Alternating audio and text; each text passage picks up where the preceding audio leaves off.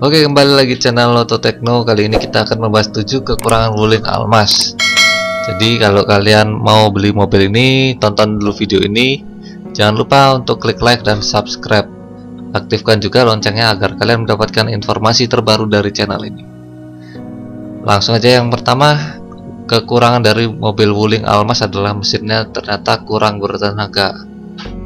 Mengacu data spesifikasi, kekurangan Wuling Almas terletak pada jantung pacunya, di mana mobil ini mengandalkan mesin berkubikasi 1,5 liter turbo yang menawarkan tenaga lebih kecil dibandingkan kompetitornya. Jadi mobil sebesar ini dengan tenaga mesin 1,5 liter turbo itu kurang menggigit. Jadi tenaga yang sebesar 140 horsepower pada 5300 rpm dibandingkan dengan rivalnya seperti di FSK Glory 580, tenaga yang dihasilkannya sampai 150 horsepower atau lebih besar dibandingkan mobil ini.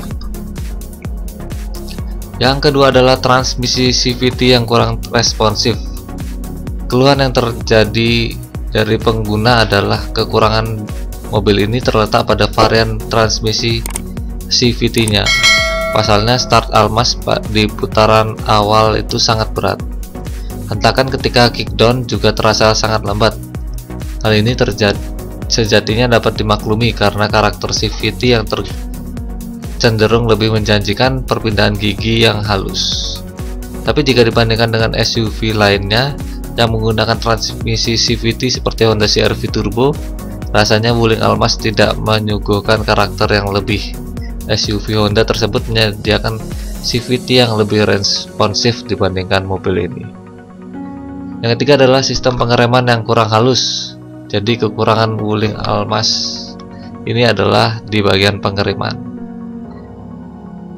Hasil pengujian dan juga informasi yang diterima, kekurangan mobil Almas yang cukup banyak ditemui adalah bagian braking atau sistem pengeremannya. Ketika melaju dengan kecepatan sedang apalagi tinggi, saat mobil direm terasa akan maju ke depan, alias pengeremannya tidak berjalan semulus atau smooth. Yang keempat, airbag lebih sedikit dibandingkan kompetitor.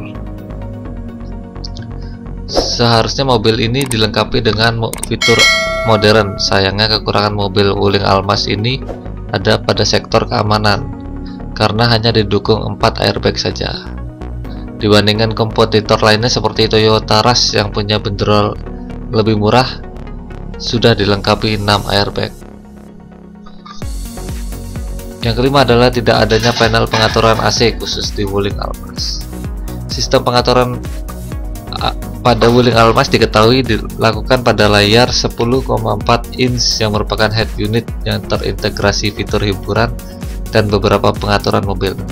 Justru ini menjadi salah satu kekurangan Wuling Almas, di mana pengaturan perangkat termasuk AC hanya bisa dilakukan via head unit saja.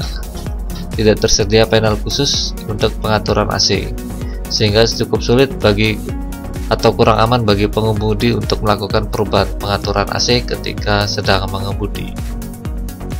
Yang keenam adalah belum dilengkapi dengan pedal shift.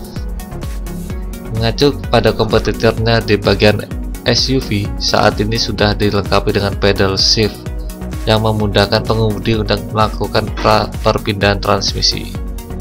Almas ini memiliki 8 kecepatan dan transmisi CVT, namun sayangnya tidak dilengkapi dengan pedal shift. Yang ketujuh, limbung ketika diajak bermanuver.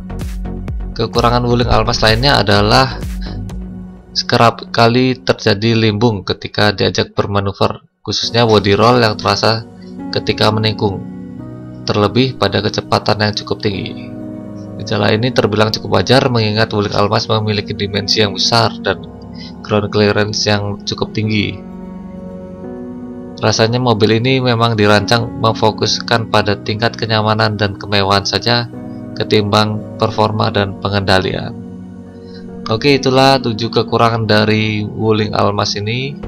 Sekian dulu video kali ini, jangan lupa untuk klik like dan subscribe.